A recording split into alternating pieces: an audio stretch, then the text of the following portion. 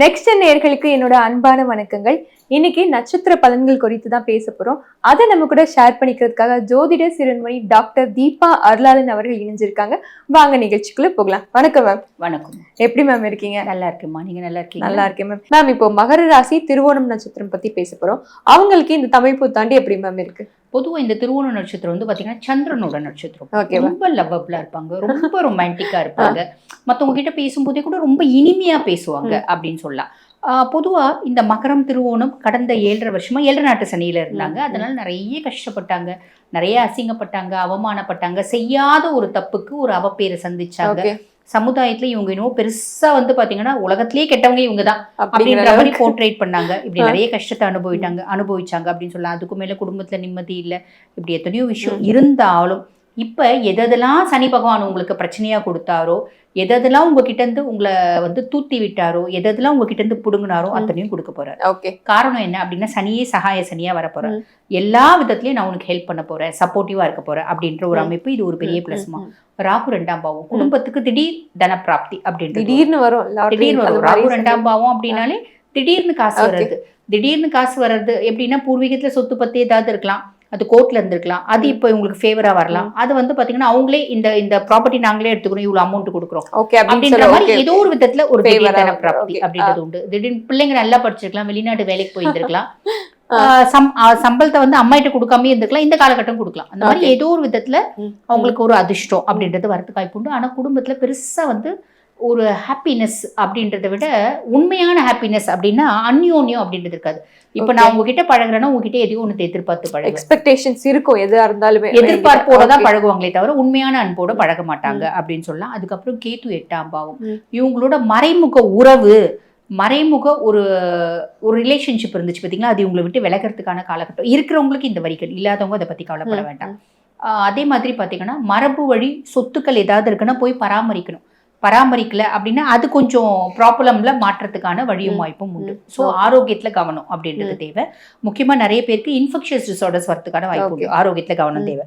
அதே மாதிரி பாத்தீங்கன்னா 6ஆம் மாசத்துக்கு மேல குரு பகவான் கலத்திர குருவா வராருமா. நிறைய மகர ராசி அன்பர்களுக்கு லவ், ரிலேஷன்ஷிப் இதெல்லாம் வரும். குரு ரிலேஷன்ஷிப் எல்லாம் கொடுப்பாரு, எந்த கிரகமும் ரிலேஷன்ஷிப் கொடுக்கறதில்ல. நம்மளா இப்ப அந்த மாதிரிலாம் பண்ணிட்டோம் இல்லைங்களா.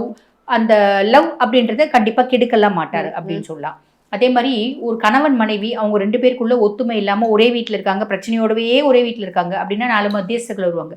அடவெடுப்பா குழந்தைங்க முகத்தை பார்த்தாவது நீங்க 2 பேரும் நல்லா பழகுங்க அப்படின்ற மாதிரி திருப்பி அவங்க 2 பேரும் ஒன்னா பழகக்கூடிய ஒரு ஆப்பர்ச்சுனிட்டியை ஏற்படுத்தி கொடுப்பாரு அப்படின்னு சொல்லுங்க. இவங்க எந்த மாதிரி விஷயத்துல கேர்ஃபுல்லா இருக்கணும்னு சொல்லுவீங்க? பொதுவாக வந்து பார்த்தீங்கன்னா அந்த மரபு வழி சொத்துக்கள்ல கவனம் தேவை. இவங்களோட ஹிடன் சீக்ரசிஸ், ஹிடன் ரிலேஷன்ஷிப்ஸ்னா அது இவங்களை விட்டு விலகும். திருப்பி இவங்களா போயிட்டு அதுகிட்ட போக கூடாது. என்னை விட்டு விலகிடுறே, இவ்வளவு நாள் என் கூட இருந்தே, தயவு செஞ்சு கூட இரு அப்படின்லாம் கெஞ்செல்லாம் கூடாது. போனேன் அம்மா சாமி போதுன்ற சாமி, இது தேவையில்லாத ஒரு உறவு. இது வந்து ஒரு தேவையில்லாத ஒரு பர்டன் அப்படின்னு சொல்லலாம். இது அதுவா கழண்டி போதா நல்ல சந்தோஷம் அப்படின்ற மாதிரி நீங்க ஒதுங்கி வந்துடுறது. நீங்க நல்லதுமா, நீ நல்லா என்னை விட்டு போகணுன்றே, நீ எங்க இருந்தாலும் நல்லா இருமா அப்படின்னு வாழ்த்துட்டு வந்துடுறது நல்லது.